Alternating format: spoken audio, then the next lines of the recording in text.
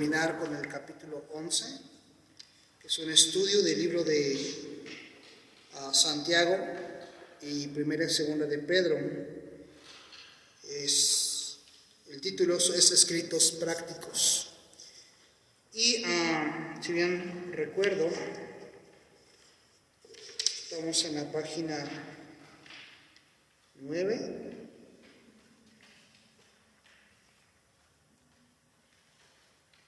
¿Nos quedamos en la página 9? A punto de iniciar primera de Pedro.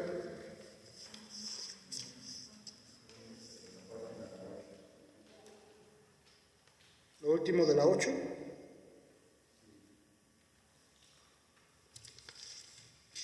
Donde dice, hay una enseñanza del libro de Santiago.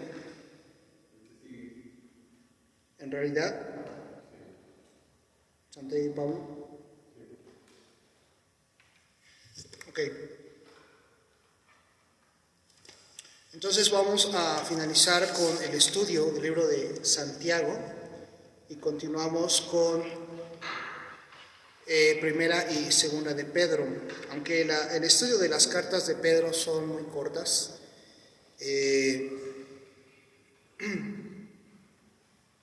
vamos a finalizar, seguramente vamos a finalizar el día de hoy con este estudio.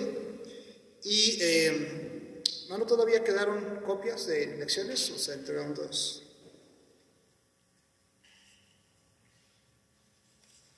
Bueno, entonces vamos a retomar en la página 8, donde dice, hay una enseñanza en el libro de Santiago. Recuerden que estamos haciendo un estudio del libro de Santiago, el cual habla mucho acerca, ¿sí?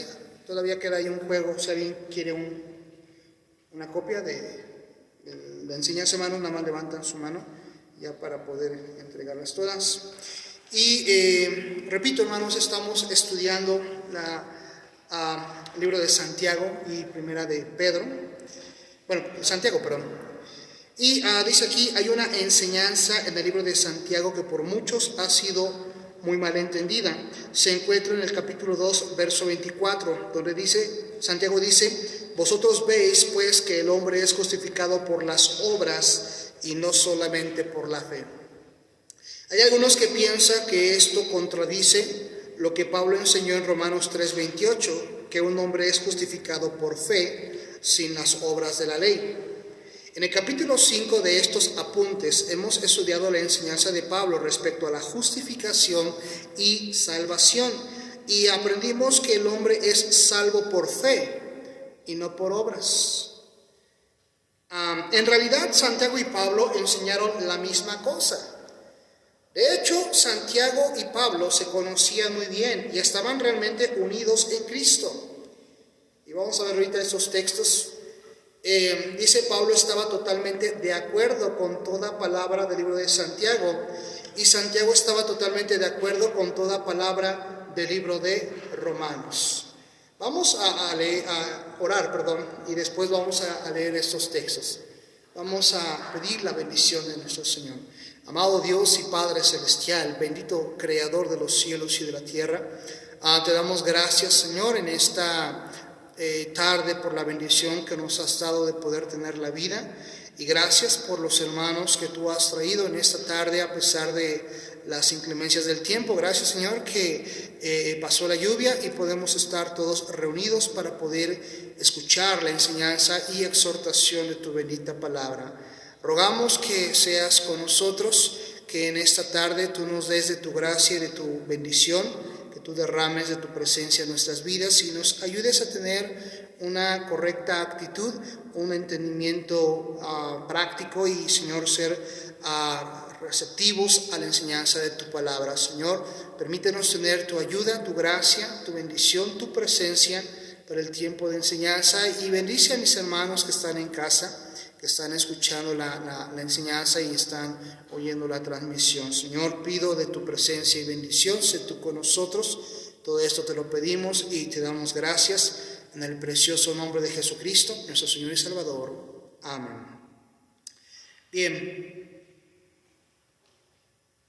vamos a ver los textos. Gálatas 1:9, 2:9, Hechos 15:2, donde nos habla acerca de la conformidad que había en Pablo y Santiago.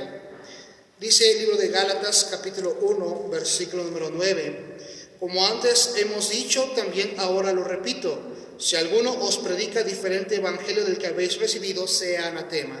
Si Santiago estuviese contradiciendo a Pablo, pues sería maldición para Pablo. Está diciendo aquí el apóstol Pablo, sea anatema. Anatema es sea de maldición, sea maldita la persona que predique un evangelio diferente. Y si esto fuese el caso con Santiago, pues él sería maldito porque Pablo lo expuso. O viceversa, porque sabemos que el libro de Santiago fue escrito primero.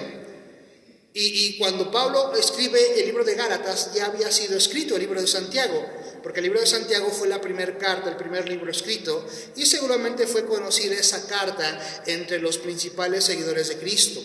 Entonces Pablo estaría condenándose a sí mismo, diciendo, estoy escribiendo algo diferente a lo que fue escrito primeramente por Santiago. Otro texto tenemos 2:9 de Gálatas, dice: y reconociendo la gracia que me había sido dada, Jacobo, Cefas y Juan, que eran considerados como columnas, nos dieron a mí y a Bernabé la diestra en señal de compañerismo, para que nosotros fuésemos a los gentiles y ellos a la circuncisión. Dice Jacobo, Cefas, que viene siendo Pedro, y Juan. Y está diciendo el apóstol Pablo que estos tres eran hombres que combatían en el evangelio juntamente con Pablo y Bernabé. Solo que Jacobo, Pedro y Juan fueron con los judíos y Pablo y Bernabé fueron con los gentiles. Pero vemos que ellos se conocían. Hechos 15:2. Libro de Hechos, capítulo 15. Versículo 2: como Pablo y Bernabé tuviesen una discusión y contienda no pequeña con ellos, se dispuso que subiesen Pablo y Bernabé a Jerusalén y algunos otros de ellos a los apóstoles y a los ancianos para tratar esta cuestión. Aquí en Hechos 15 tenemos el problema de cuando estaba obligando a judaizar a los gentiles, se les estaba imponiendo el seguir la costumbre y los ritos judíos. Le decían, bueno, tú ahora te llamas cristiano, pues tienes que seguir también la tradición judía, te tienes que circuncidar, tienes que guardar el sábado, tienes que obedecer la ley. Y este problema fue traído por Pablo y Bernabé delante del concilio, y quien presidía el concilio era Jacobo o Santiago, que fue el primer pastor de la iglesia de Jerusalén. Vemos entonces que Jacobo tenía una autoridad, y una vez más vemos que Pablo tuvo contacto con Santiago. El versículo 4 dice: llegados a Jerusalén fueron recibidos por la iglesia y los apóstoles y los ancianos, y refirieron todas las cosas que Dios había hecho con ellos.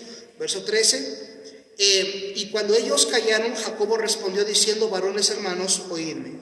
Entonces vemos que ellos tenían comunicación.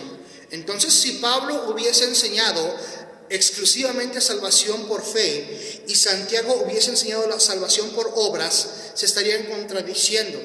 Y ellos se conocían, y ellos sabían que si uno decía algo diferente a lo que el otro había enseñado, pues traería un cisma o una controversia en el pueblo del cristianismo antiguo. Vemos también Hechos 21:18, que también vuelve a mencionar, y dice así: el día siguiente Pablo entró con nosotros a ver a Jacobo, y se hallaban reunidos todos los ancianos, a los cuales, después de haberles saludado, les contó una por una las cosas que Dios había hecho entre los gentiles por su ministerio. Cuando ellos lo oyeron, glorificaron a Dios y le dijeron: ya ves, hermano, cuántos millares de judíos han creído, que han creído, y todos son celosos por la ley. Ahora vemos, Pablo trae este informe ¿a quién? A Jacobo y a los ancianos. Vemos entonces que Pablo y Jacobo o Santiago, que es el mismo, tenían comunicación. Estaban de acuerdo, se conocían bien, y no creo que Pablo esté enseñando algo diferente a lo que Jacobo ya había previamente enseñado Ahora, tampoco Jacobo o Santiago tampoco está enseñando salvación por obras exclusivamente. ¿Estaba de acuerdo Pablo con Santiago en que la fe y las obras deben ir juntos? Vamos a ver lo que dice Tito 3:8.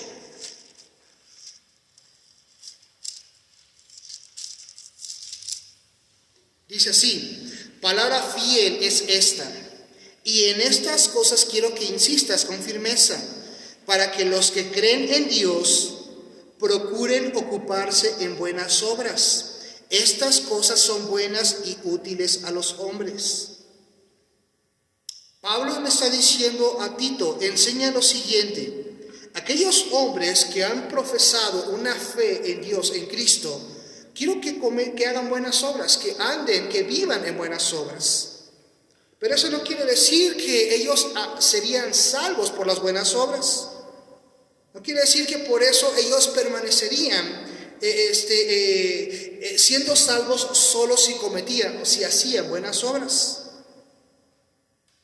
Porque, hermanos, una persona que está constantemente dependiendo de sus buenas obras para testimonio de salvación, pues realmente no confió en la persona de Cristo. Está confiando en sus actos, está confiando en lo que él como persona puede hacer y no lo que Cristo ya hizo por él, que fue pagar con su sangre derramada en la cruz. Esa persona está confiando en sus propios méritos, no está confiando en los méritos que Cristo dejó en la cruz del Calvario al morir por esa persona. Por lo tanto, la persona no está realmente confiando en el sacrificio de Cristo. La persona está confiando en sus buenas obras. Y estaría contradiciéndose, porque estaría diciendo: Cristo, yo no necesito lo que tú hiciste por mí, no me es suficiente. Aparte de tu sacrificio, yo tengo que cometer buenas obras, tengo que hacer buenas obras para asegurarme de mi salvación. De lo contrario, si no hago buenas obras, pierdo mi salvación. Esas personas realmente no están confiando en el sacrificio de Cristo, están confiando en sus propias obras como un extra para poder permanecer en salvación. Ahora, una persona, lo comentaba ayer con los hermanos del instituto, una persona que está confiando en sus obras y diciendo: es que tengo que cometer buenas obras, tengo que hacer buenas obras para poder declarar que soy salvo, pero no puedo, me es difícil, me es imposible andar en buenas obras, es porque realmente su corazón no ha sido cambiado. Sabemos que cuando una persona viene a los pies de Cristo, esa persona, al rogar por salvación, al rogar por vida eterna, también va a su corazón a ser cambiado. Y esa persona será cambiada en su corazón de tal manera que ya no tendrá el deseo o el anhelo de vivir en pecado como lo hacía anteriormente. Esa persona ha declarado su fe en Cristo y el Espíritu Santo lo que va a hacer es transformar su corazón. Por eso dice en 2 Corintios 5:17 que si alguno está en Cristo, nueva criatura es. Y al ser una nueva criatura también su corazón es nuevo.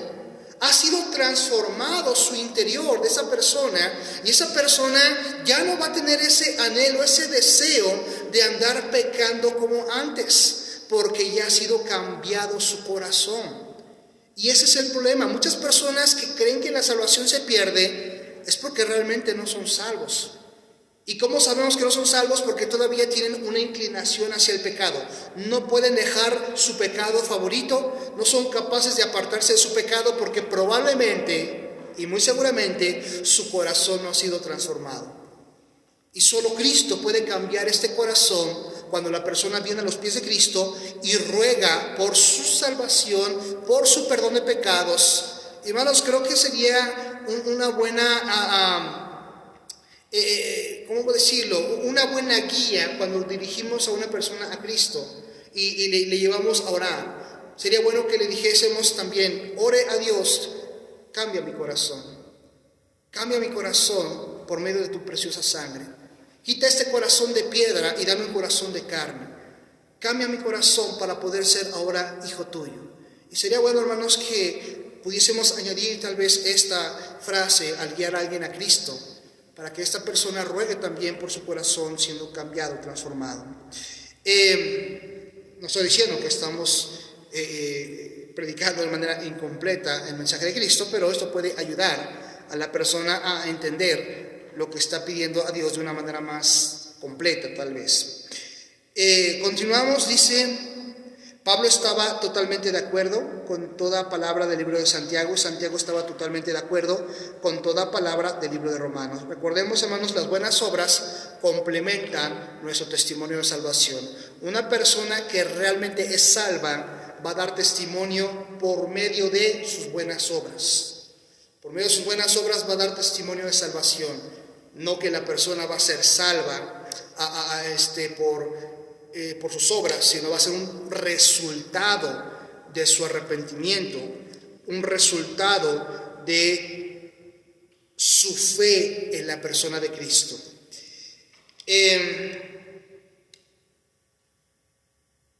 Estaba de acuerdo Pablo con Santiago en que una persona puede decir que tiene fe, pero que realmente no tiene fe.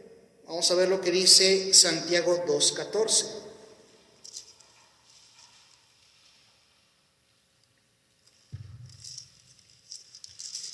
Santiago 2:14 dice: hermanos míos, ¿de qué aprovechará si alguno dice que tiene fe y no tiene obras? ¿Podrá la fe salvarle? Tito 1:16 dice: profesan conocer a Dios, pero con los hechos lo niegan, siendo abominables y rebeldes, reprobados en cuanto a toda buena obra. Estos textos están diciéndonos que una persona puede decir que tiene fe, pero realmente no tiene fe. ¿Sí o no? Sí. Una persona puede llegar a decir: oh, yo soy un hombre de Dios, yo creo en Dios, yo confío en Dios, y a la mera hora no demostrar esa confianza en Dios. Y muchos de nosotros como cristianos podemos decir a veces eso: oh, yo confío en Dios, yo sé que Dios está en control de las cosas, yo sé que Dios provee, yo sé que Dios sustenta, yo sé que Dios sana, y a la hora de la prueba estamos negando esa confianza. Estamos negando que realmente Dios tiene control. ¿Y cómo lo demostramos? Cuestionamos, nos preocupamos, nos angustiamos, nos enojamos, ya no queremos seguir viniendo a la iglesia, ya no queremos orar, ya no queremos leer la Biblia, porque estamos diciendo: Dios no existe, Dios no es bueno, Dios no provee, Dios no está a cargo, Dios no está en control, Dios no está al cuidado de mi necesidad o de mis necesidades. Y es algo que estaríamos negando, hermanos, con nuestros hechos, nuestra supuesta fe. Santiago estaba de acuerdo con Pablo en que Abraham fue justificado por fe. Dice Santiago 2:23: y se cumplió la escritura que dice: Abraham creyó a Dios y le fue contado por justicia y fue llamado amigo de Dios. Dice al principio: Abraham creyó a Dios, está hablando de su fe. Si se dan cuenta, Santiago también está hablando de la fe, no solamente de las obras. Santiago también asumió el tema de la fe. Ahora Romanos 4:3 dice así: porque ¿qué dice la escritura? Creyó Abraham a Dios y le fue contado por justicia. ¿Es el mismo texto que está citando Santiago, el de Romanos? Sí. Entonces tanto Santiago como Pablo estaban de acuerdo en que la salvación viene por creer. Sí, por creer de todo corazón, porque tanto Santiago como Pablo están citando el texto de que Abraham creyó, y como creyó, le fue contado por justicia. Un testimonio, un resultado de su fe de Abraham fue sus obras. Dice la Biblia que Dios le dice: vete de tu tierra y de tu parentela al lugar que yo te diré. Si Abraham no hubiese tenido fe, pues no hubiera obedecido a Dios, hubiese dicho: ¿y a dónde me vas a mandar? ¿Y cómo me va a ir? ¿Y con quién voy a estar? ¿Y qué tal si me muero de hambre? ¿Y qué tal si en el desierto me atacan los merodeadores, los robadores? No, mejor me quedo. Pero dice la Biblia que Abraham creyó y obedeció a la voz de Dios. Esta es una muestra de su fe. Un resultado de tu fe y de mi fe va a ser la obediencia. Y eso, hermanos, es algo que muchas veces nos hace falta. Ponemos o anteponemos muchos pretextos para no obedecer. Y el problema tal vez no es tanto la rebeldía, sino nuestra incredulidad. Y la incredulidad nos está llevando a ser rebeldes y a desobedecer la palabra de Dios. Tanto lo que enseñó Pablo como lo que enseñó Santiago eran verdad. La pregunta que Pablo respondió en Romanos es esta: ¿cómo puedo ser declarado justo delante de Dios? La respuesta es por fe y no por obras. La pregunta que contestó Santiago en el libro de Santiago es esta: ¿cómo puedo mostrar a otros mi fe? Santiago 2:18. ¿Y cómo puedo mostrar a otros que soy un creyente y que estoy bien con Dios? La respuesta es por mis buenas obras. Dice Santiago 2:18, pero alguno dirá: tú tienes fe y yo tengo obras. Muéstrame tu fe sin tus obras y yo te mostraré mi fe por mis obras.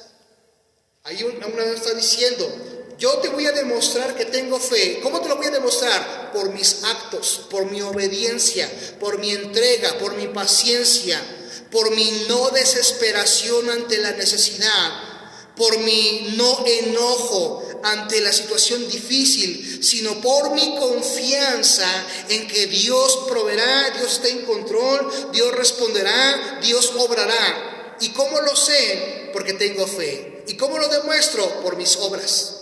Estoy mostrando confianza, estoy mostrando tranquilidad, estoy mostrando templanza, estoy demostrando con mis obras que no me estoy desesperando. Y por eso dice la Biblia: tú dices que tienes fe, demuéstralo. No nada más digas yo tengo fe. No es la manera bíblica en que debemos demostrar que tenemos fe. La manera bíblica es: demuéstralo por medio de tus obras, demuéstralo con tus actos, demuéstralo con tu respuesta, con tu proceder, con tus actitudes. Es lo que está diciendo la Biblia. Y así somos declarados justos por nuestra fe, la cual va a dar como resultado buenas obras. ¿Cómo puedo mostrar a otros mi fe? Por mis buenas obras. ¿Y cómo puedo mostrar a otros que soy creyente y que estoy bien con Dios? Por mis buenas obras. La fe es la raíz de la salvación y las buenas obras son el fruto de la salvación. Es interesante cómo lo está aquí poniendo, y esto es la verdad. La fe es la raíz de la salvación y las buenas obras son el fruto de la salvación. Vamos a hacer de cuenta que la salvación es un árbol, y ese árbol necesita raíz. La raíz, tú sabes que es donde nace, donde empieza a nutrirse para crecer. La raíz del árbol de la salvación es la fe en Cristo. Y después ese árbol crece y empieza a extenderse, y después comienza a dar fruto.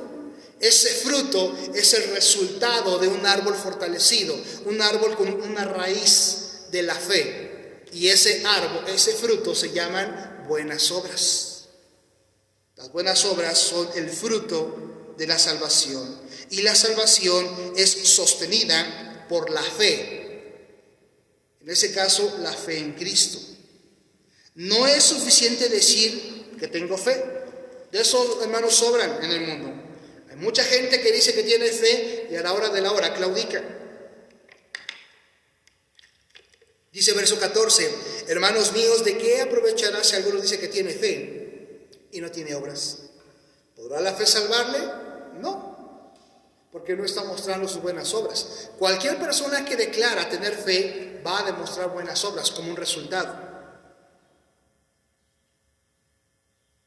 Dice, no es suficiente decir tengo fe, sino debo mostrar que tengo fe. En otras palabras, si realmente eres un manzano, pues entonces déjame ver algunas manzanas. La gente no puede ver mi fe, la gente no puede mirar dentro de mi corazón y ver si realmente soy salvo y justificado.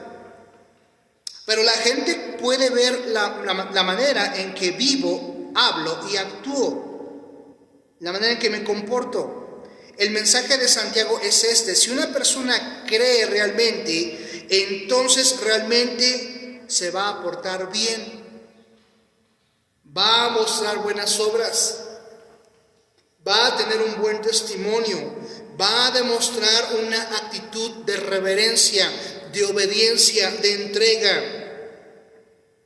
Santiago capítulo 2 no está diciendo acerca de cómo una persona es salva, está hablando acerca de cómo una persona demuestra o comprueba que realmente es salva. A través de las buenas obras, a través de el buen testimonio, el buen comportamiento, la obediencia, a través de ello la persona está demostrando que es salva. Es por eso, hermanos, dice en Romanos que por causa de nosotros los cristianos el nombre de Dios es blasfemado, porque muchos de nosotros cristianos no estamos dando testimonio de nuestra salvación, no estamos viviendo en buenas obras, no estamos viviendo en obediencia, no estamos viviendo con entrega, no estamos viviendo con un buen testimonio, porque el mundo ve cómo hablamos, cómo nos vestimos, cómo nos comportamos, con quiénes nos juntamos, qué tipo de ambientes frecuentamos, qué tipo de actitudes tenemos, qué respuestas asumimos, qué carácter tenemos ante el mundo, cómo tendemos a andar en crítica, chisme, en mentira, en disolución, en rebeldía, en tanto pecado, y dejamos de dar testimonio de nuestra salvación por nuestras malas obras. Y ese es el punto crucial, ese es el punto medular del libro de Santiago. Las buenas obras dan testimonio de nuestra salvación. Las buenas obras dan testimonio de nuestra fe en Cristo. Hasta aquí, hermanos, con el libro de Santiago, y pasamos a estudiar la primera carta del apóstol Pedro. Es muy corto este estudio, y de hecho el libro también es muy corto, son solo creo que 3 o 4 capítulos, son 5, perdón. Es la segunda carta la que es más corta. Son 5 capítulos de la primera carta de Pedro. Y bueno, el libro de Santiago también es muy corto, pero estuvimos más tiempo, sobre todo por la cuestión de las obras. Dice primera de Pedro, primero el sufrimiento, luego la gloria. El libro, la primera carta del apóstol Pedro enfoca mucho el sufrimiento del cristiano. Habla en varios textos acerca de las pruebas de fe y la manera como el cristiano es probado a través de la vida. Dice aquí, el apóstol Pedro, tal como Santiago, también escribió una carta muy práctica, no a una iglesia ni a un individuo, sino a quienes. Primera de Pedro 1:1, dice,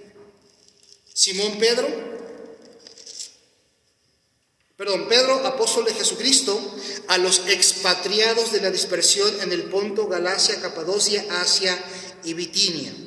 ¿A quién escribió entonces el apóstol Pedro? Sino a los expatriados. ¿Quiénes son los expatriados? Dice aquí, es gente que permanece por un tiempo en países extranjeros. O sea, a todos los judíos que se encontraban dispersados en toda Europa y parte de Asia. Es a ellos a quienes les escribe el apóstol Pedro. Entonces fue una labor, hermanos, tremenda. Imagínense, hacer llegar esta carta o una copia de esta carta a todos los cristianos, a todos los judíos que se encontraban en toda Europa y Asia Menor. No fue como las epístolas de Pablo, que fue dirigida a una iglesia o a un grupo de creyentes nada más, a un lugar. No. Esta fue dirigida a muchos creyentes en distintas partes de Europa, o de la antigua Europa conocida. No era una Europa, pero a toda esa región. Entonces, imagínense cuánto tiempo habrá tardado en llegar a cada rincón donde había una iglesia cristiana, porque esta carta fue dirigida a todos los expatriados de la dispersión. Sabemos que cuando comienza la persecución hubo una gran dispersión y muchos judíos salen de Jerusalén y comienzan a establecerse en otras zonas para poder de esta manera predicar el Evangelio de Cristo. La carta de Pedro fue escrita casi 20 años después que Santiago escribió su libro. Primera de Pedro ha sido fechada alrededor del año 64 después de Cristo. Él no solo envió esta carta a judíos cristianos, sino también a creyentes gentiles. Como sabemos, 1 de Pedro 2:10 dice así: vosotros que en otro tiempo no erais pueblo, pero que ahora sois pueblo de Dios, que en otro tiempo no habíais alcanzado misericordia, pero que ahora habéis alcanzado misericordia. Dice, en otro tiempo no erais pueblo, pero que ahora sois pueblo de Dios. Y dice que en otro tiempo no habíais alcanzado misericordia. ¿A quién está refiriéndose? A los gentiles. Pero ahora habéis alcanzado misericordia. Prácticamente está refiriéndose a los gentiles. Ahora, en 1 de Pedro 4:3 dice: baste ya el tiempo pasado para haber hecho lo que agrada a los gentiles, andando en lascivias, concupiscencias, embriagueces, orgía, disipación y abominables idolatrías. A esto les parece cosa extraña que vosotros no corríais con ellos con el mismo desenfreno de disolución y os ultrajan. Pero ellos darán cuenta al que está preparado para juzgar a los vivos y a los muertos. Aquí también está hablando a los mismos, a los gentiles. En ambos está hablando, aquí menciona que los judíos cristianos probablemente se refería en 2:10, pero se entiende más como al pueblo cristiano, porque dice, antes no eran pueblo, pero ahora son pueblo. Antes no habían alcanzado misericordia, pero ahora ya han alcanzado misericordia. Y en el capítulo 4, versículo 3, también está refiriéndose a los gentiles, porque dice que a los gentiles se les hace raro que ya no anden estos cristianos viviendo como los anteriores gentiles, en las mismas embriagueces, lascivias, concupiscencias, orgías, etc. Y dice, a estos les parece cosa extraña que vosotros no corríais con ellos en el mismo desenfreno. Dice, es extraño para los gentiles verlos y decir, pues tú antes eras esto, eras lo otro, eras borracho, eras mentiroso, eras ratero, y ahora ¿por qué ya no lo haces? Entonces, ambos textos se refieren más específicamente a los gentiles. Pedro recuerda a estos creyentes que ellos eran extranjeros y forasteros y peregrinos. Dice el versículo 17, porque mejor es que, y si invocáis por Padre a aquel que sin acepción de personas juzga según la obra de cada uno, conducíos en temor en todo el tiempo de vuestra peregrinación. Capítulo 2, versículo 11.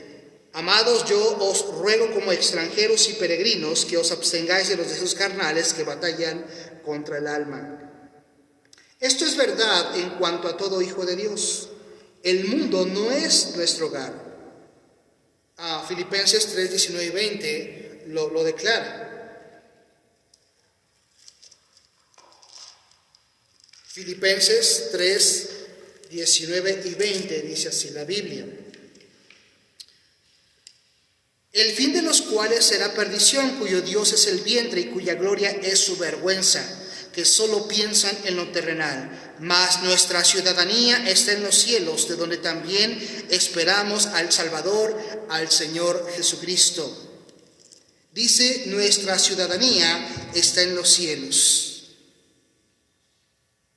Por ello, este mundo no es nuestro hogar final. Ahorita sí es nuestro hogar, vivimos en el mundo, pero no es nuestro destino final. No es donde pasaremos el resto de nuestra vida, espiritualmente hablando, después de la resurrección. Pero es necesario para nosotros transitar por este mundo, camino a nuestro hogar celestial. ¿Cuánto durará nuestro peregrinaje por este mundo en comparación al tiempo que estaremos en nuestro hogar celestial? Yo creo que, hermanos, no se compara en lo absoluto. No se compara nada el tiempo que estaremos aquí en la tierra con el tiempo que estaremos en el cielo. Si ponemos un granito de arena y lo tratáramos de medir y lo comparáramos con la distancia que hay entre la tierra y la luna o el sol, no sería suficiente para comparar cuando hayan pasado millones y millones y millones de años ante la presencia del Señor. No es comparable, hermanos, los años en esta vida terrenal con los años en la vida eterna allá en los cielos. Y eso, hermanos, debe de ser nuestro aliciente, nuestro ánimo para seguir esforzándonos en hacer la voluntad del Señor y seguir propagando el Evangelio y seguir alcanzando a otros con el Evangelio de Cristo y seguir siendo de bendición a quienes tienen la necesidad de conocer de Cristo. ¿Cuánto tiempo durará nuestro peregrinaje en comparación con el tiempo celestial? Dice, Pedro sabía que el peregrinaje del creyente por este mundo incluiría sufrimiento, porque estamos en tierra extranjera, en territorio enemigo, representando a un Salvador a quien los ciudadanos de este mundo odian. Juan 15, 18 al 21. Palabras del Señor Jesucristo. Juan 15, 18 al 21.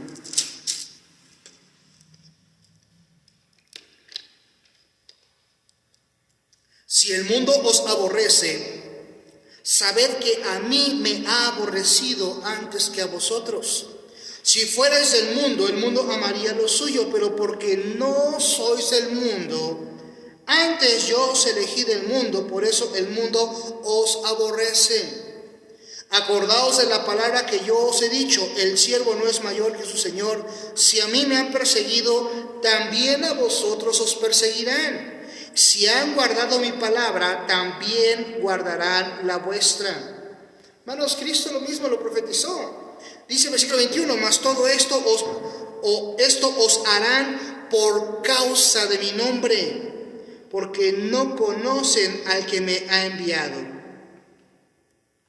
Versículo 23, el que me aborrece a mí, también a mi Padre aborrece.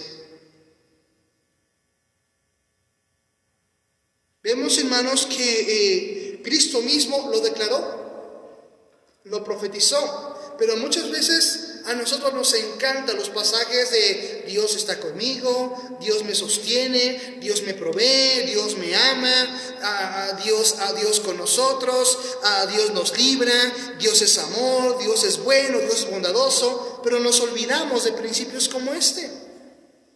Nos olvidamos de textos donde se nos dice que nosotros como creyentes también vamos a padecer. Que nosotros como creyentes también vamos a pasar por duras pruebas, por aflicciones. ¿Por qué? Porque dice en la primera carta de Pedro que es tiempo de que el juicio de Dios comience por su casa. Y lo vamos a ver más adelante. Y dice ese texto, y si comienza por su casa, ¿cuál será el fin de aquellos que no obedecen al Evangelio? Con ese texto está diciéndonos Pedro que Dios empieza a tratar con nosotros los creyentes. Por eso cuando venimos a Cristo, aparentemente en lugar de que nos vaya bien al principio, empezamos a tener pruebas fuertes. Porque Dios está tratando con nuestra vida de pecado, nuestras malas costumbres, nuestras mañas, nuestros malos pensamientos, nuestra mala manera de vivir. Dios está cambiando nuestro interior y Dios tiene que afligirnos para sacar todo aquello que hacíamos y que no era agradable y que no es agradable delante del Señor. Otra razón es porque somos llamados a padecer para seguir las pisadas de Cristo. Hermanos, comparémonos con la parábola de Lázaro y el rico. Dice la Biblia claramente que Lázaro tuvo sus males aquí en la tierra, pero al morir va a la gloria, va al seno de Abraham. Y el rico muere y se va directamente al Hades, al tormento eterno, al sufrimiento. Ahora, dice la Biblia que el rico cada día hacía banquete con esplendidez. Imagínense, tenía tanto dinero este rico que cada día derrochaba el dinero en banquetes. Y no creo que era un banquete de unos cuantos. Yo creo que era un banquete de mucho dinero. Y este hombre tuvo dinero para disfrutarlo en vida. ¿Y qué le dice Abraham cuando el rico levanta su mirada y empieza a rogar Padre Abraham, envía a Lázaro.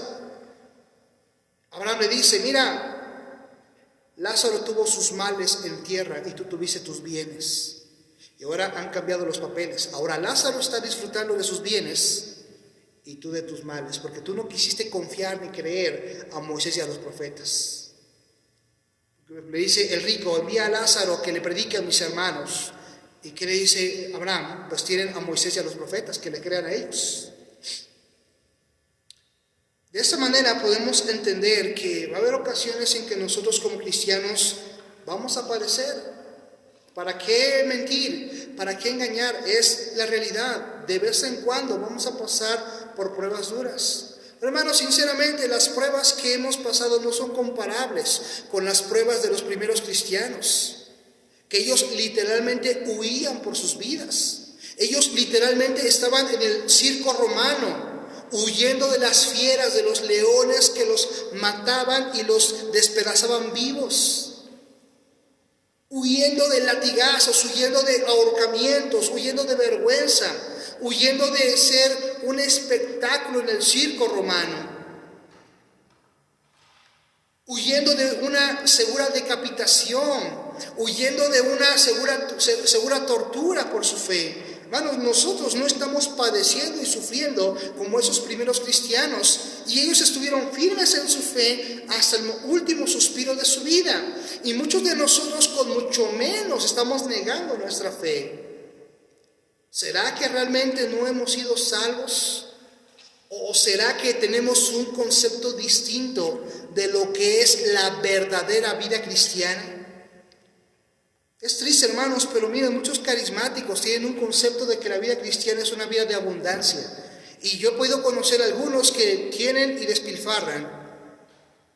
Pero yo me preguntaría, ¿realmente tienen su salvación segura? ¿Están seguros de su salvación? Yo estoy seguro que si muchos de ellos vinieran realmente a Cristo, empezarían a tener una serie de problemas en su trabajo, en su economía, tal vez en su matrimonio.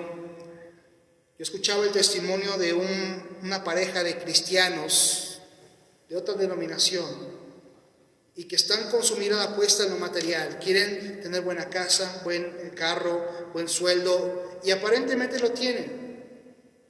Y hablan de Dios y que van a la iglesia, pero hermanos, yo dudaría. Ahora, Dios puede hacer la obra y Dios puede realmente haber cambiado sus corazones, pero por la manera en que me hablan de ellos y cómo se comportan, pues se comportan como personas del mundo, con su mirada en la avaricia, en las riquezas, en lo material.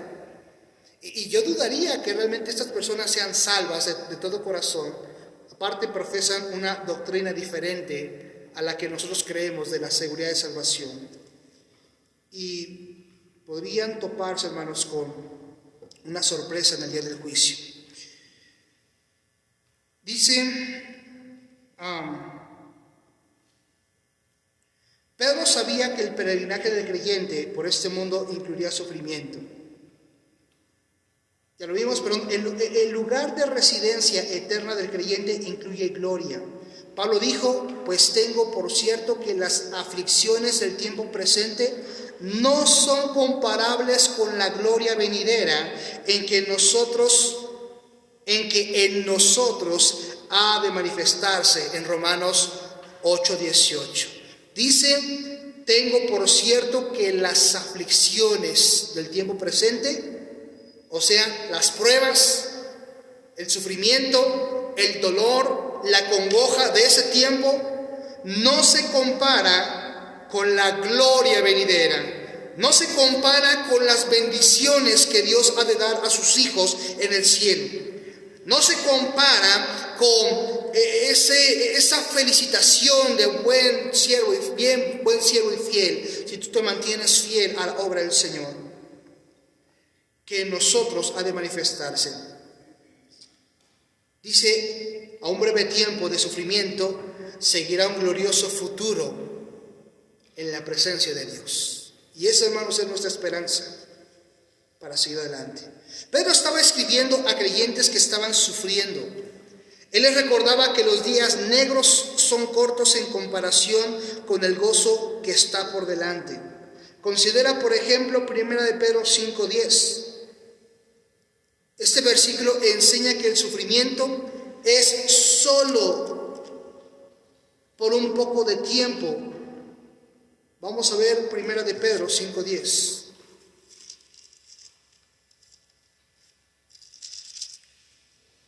Dice así: mas el Dios de toda gracia, que nos llamó a su gloria eterna en Jesucristo, después que hayáis padecido un poco de tiempo, Él mismo os perfeccione, afirme, fortalezca y establezca. Dice, después de que hayáis padecido un poco de tiempo, un poquito nada más. Miren, aquí está el versículo que les mencionaba hace unos instantes, capítulo 4, versículo 15. 16. Pero si alguno padece como cristiano, no se avergüence, sino glorifique a Dios por ello, porque es tiempo de que el juicio comience por la casa de Dios.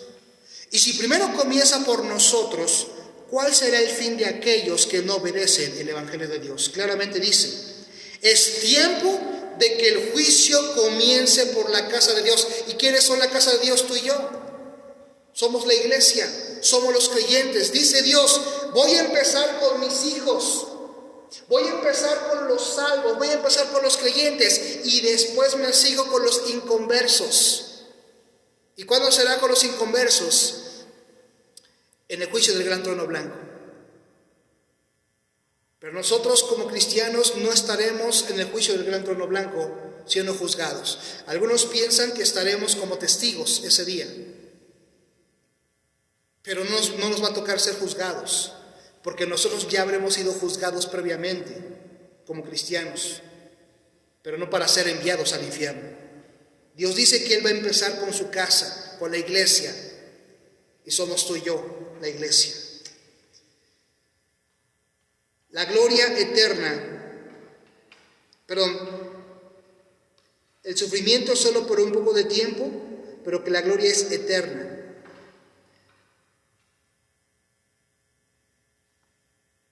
1:11 y 4:13 también lo dicen. No lo vemos por el tiempo, pero pueden verlo ya en casa, donde Pedro menciona el sufrimiento y la gloria. Pedro enseñó solícitamente a esos creyentes cómo manejar las pruebas y el sufrimiento de esta vida. Aquí hay algunas cosas que Pedro enseñó. Haga concordar. Tenemos aquí un ejercicio para relacionar columnas, 7 afirmaciones y 7 textos, donde tenemos que comparar. Número 1, no se sorprendan por las duras pruebas que os sobrevendrán, sino más bien esperadlas. Número 2, a veces el creyente tiene que sufrir inocentemente como Cristo sufrió, aunque Él era inocente. 3, a veces los cristianos sufren porque han hecho mal, quebrantando las leyes, reciben lo que merecen. 4, una de las razones por las cuales Dios permite el sufrimiento es para someter a prueba la fe. 5, gozaos porque los que participan de los padecimientos de Cristo participarán también de su gloria. 6, después de sufrir por un poco de tiempo, gozaremos de su gloria que es eterna. Y 7, a veces un cristiano sufre simplemente porque es un cristiano. Muchas veces el mundo causa momentos difíciles al cristiano. Vamos a compararlo con 1 de Pedro 1:6 al 7, capítulo 2, versículos 19 al 23, capítulo 4, versículos 12, 13, 15, 16 y capítulo 5, versículo número 10. Vamos a 1 de Pedro 1, 6 y 7. Dice así: en lo cual vosotros os alegráis, aunque ahora por un poco de tiempo, si es necesario, tengáis que ser afligidos en diversas pruebas, para que sometida a prueba vuestra fe, mucho más preciosa que el oro, el cual, aunque perecedero se prueba con fuego, sea hallada en alabanza, gloria y honra cuando sea manifestado Jesucristo. ¿A qué letra corresponde? ¿A qué número corresponde?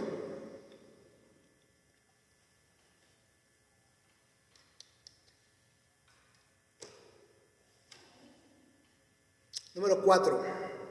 Una de las razones por las cuales Dios permite el sufrimiento es para someter a prueba la fe. Dice el versículo 7, para que sometida a prueba vuestra fe, mucho más preciosa que el oro. Entonces, está hablando de ser probada nuestra fe. Inciso B, capítulo 2, versículo 19 al 23. Dice, porque esto merece aprobación si alguno, a causa de la conciencia delante de Dios, sufre molestias padeciendo injustamente. Pues, ¿qué gloria es si pecando sois abofeteados y lo soportáis? Mas si haciendo lo bueno sufrís y lo soportáis, esto ciertamente es aprobado delante de Dios. Pues para esto fuisteis llamados, porque también Cristo padeció por nosotros, dejándonos ejemplo para que sigáis sus pisadas, el cual no hizo pecado, no se halló engaño en su boca, quien cuando le maldecía no respondía con maldición, cuando padecía no amenazaba, sino encomendaba la causa al que juzga justamente. ¿A qué número corresponde?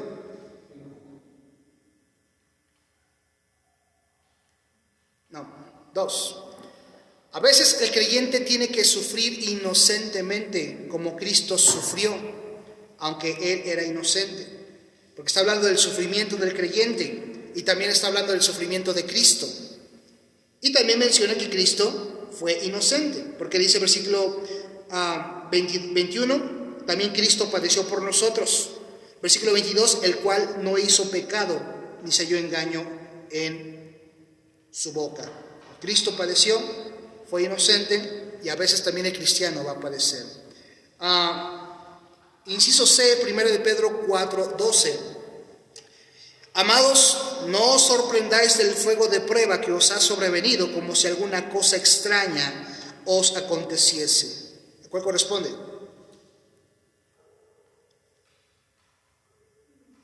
1. No se sorprendan por las duras pruebas que os sobrevendrán, sino más bien esperarlas. Porque dice el versículo 12 que no nos sorprenda cuando vengan las pruebas. En pocas palabras está diciendo la Biblia, espera las pruebas, van a venir. No está diciendo la Biblia, siéntate ahí a esperar las pruebas. No está diciendo teme y ten miedo porque quién sabe lo que te venga mañana. No, simplemente dice la Biblia, prepara tu corazón para cuando vengan las pruebas. Prepara tu alma, prepara tu ser para recibir esa prueba y tener una buena actitud en medio de la prueba. Siguiente versículo 13. Sino gozaos por cuanto sois participantes de los padecimientos de Cristo, para que también en la revelación de su gloria os gocéis con gran alegría. ¿A cuál corresponde? 5. Gozaos, dice al principio del versículo 13, gozaos, porque los que participan de los padecimientos de Cristo participarán también de su gloria. Porque dice al final, para que también en la revelación de su gloria os gocéis en gran alegría. Siguiente versículo, versículo 15. Así que ninguno de vosotros padezca como homicida o ladrón o malhechor o por entremeterse en lo ajeno. ¿A cuál corresponde? 3. A veces los cristianos sufren porque han hecho mal, quebrantando las leyes, reciben lo que merecen.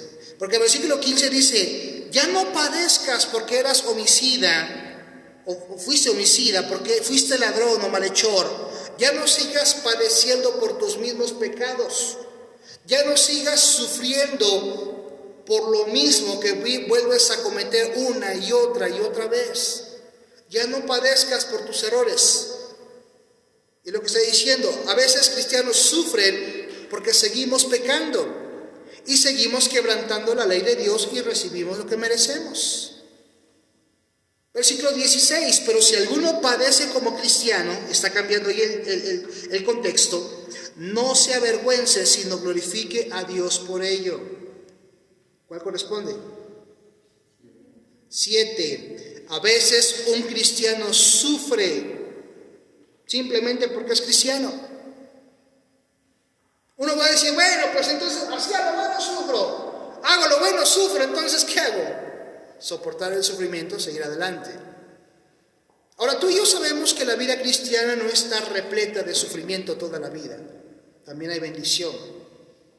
Ahora, hay cristianos que se la pasan sufriendo pues porque no quieren entender, como lo vimos en el versículo 15, porque siguen en su vida de pecado, no quieren dejar su pecado, no quieren dejar su rebeldía, no quieren dejar ser cambiado su corazón.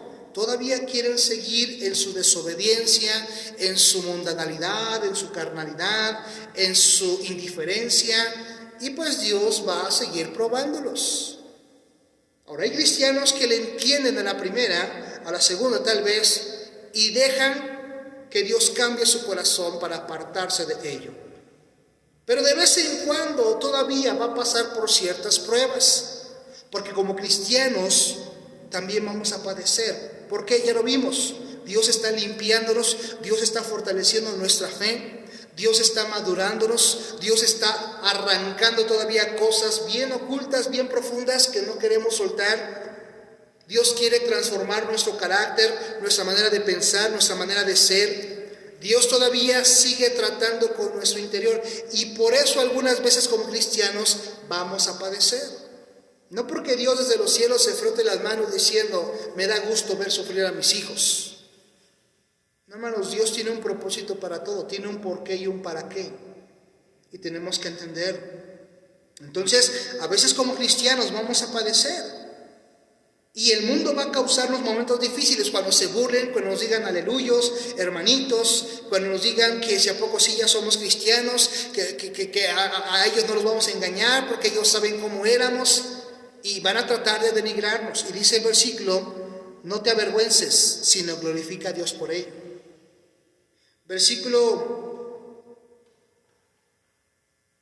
Capítulo 5, versículo 10, nos queda nada más ese, ¿verdad?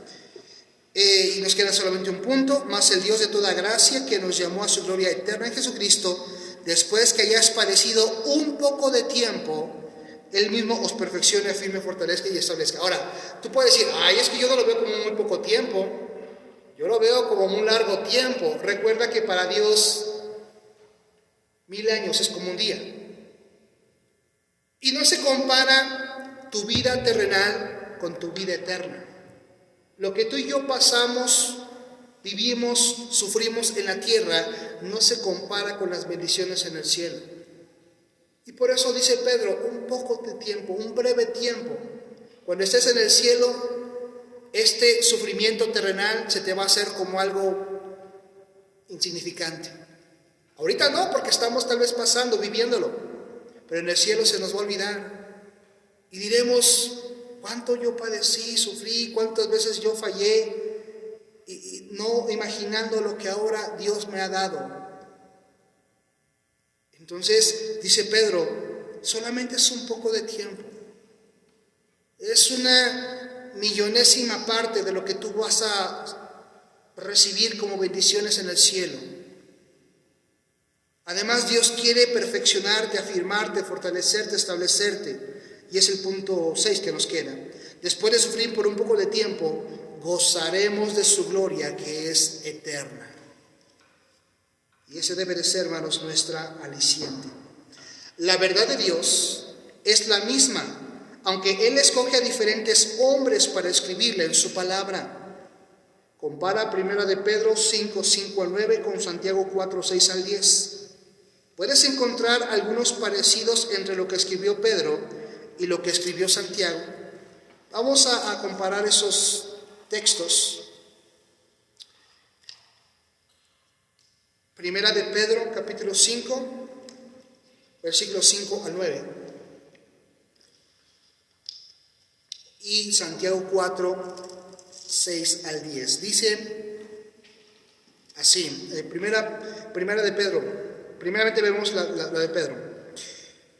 Igualmente, jóvenes, estad sujetos a los ancianos, y todos sumisos unos a otros, revestidos de humildad, porque Dios resiste a los soberbios y da gracia a los humildes. Humillaos pues bajo la poderosa mano de Dios, para que Él os exalte cuando fuere tiempo, echando toda vuestra ansiedad sobre Él, porque Él tiene cuidado de vosotros. Sed sobrios y velad, porque vuestro adversario el diablo, como león rugiente, anda alrededor buscando a quien devorar, al cual resistid firmes en la fe, sabiendo que los mismos padecimientos se van cumpliendo en vuestros hermanos en todo el mundo. Está hablando acerca de las pruebas, la vida cristiana, la vida de pruebas, la vida difícil que a veces cristianos no queremos o no podemos soportar, no estamos dispuestos a soportar. Y Santiago capítulo 4, versículo 6, dice, pero Él da mayor gracia, por eso dice, Dios resiste a los soberbios y da gracia a los humildes. Aquí ya estamos viendo un mismo texto citado 2 veces. Someteos pues a Dios, resistid al diablo y huirá de vosotros. Una vez más, estamos viendo algo similar que en Pedro, diciéndonos que debemos de resistir. Continuamos leyendo, acercaos a Dios y Él se acercará a vosotros. Pecadores, limpiad las manos, y vosotros los de doble ánimo, purificad vuestros corazones. Igual que en el versículo 6 de Primera de Pedro, donde habla de humillarnos. Continuamos leyendo, dice, perdón, ya me perdí. Acercaos a Dios y Él se acercará a vosotros. Perdón, versículo 9, afligíos y lamentad, llorad, vuestra risa se convierte en lloro y vuestro gozo en tristeza. Igual que el versículo 6. Y después dice, humillaos delante del Señor y Él os exaltará. Pero no es ahí el versículo 6, humillaos delante del Señor y Él os exaltará. Hermanos, es muy similar lo que está mencionando Santiago de lo que está mencionando Pedro. Y ambos están mencionando acerca del esfuerzo que debemos de poner en la vida cristiana para poder hallar gracia delante del Señor y ser grandemente bendecidos, tanto en esta vida como en la vida venidera. Que Dios nos ayude, hermanos, a seguir fortaleciéndonos en su gracia, en su presencia, y tener su ayuda hasta el último aliento de vida que tengamos aquí en la tierra, para no apartarnos ni retroceder. Terminamos aquí. La siguiente semana vemos Segunda de Pedro y estaríamos estudiando ya también las siguientes cartas de la lección número 12. Vamos a orar para poder finalizar. Padre bendito, gracias por tu amor y misericordia. Gracias por tu palabra, gracias por la enseñanza que ha sido traída. Te pido, Señor, que ello sea de edificación a tu pueblo, los hermanos que están presentes y aún están en casa. Te ruego, Señor, que les ayudes y les bendigas para poder entender ese tiempo de aflicción y de prueba en nuestras vidas. Sé con nosotros y ayúdanos a confiar en tu provisión y en tu presencia. En Cristo Jesús, Señor nuestro, te lo pedimos, te damos gracias por todo. Amén.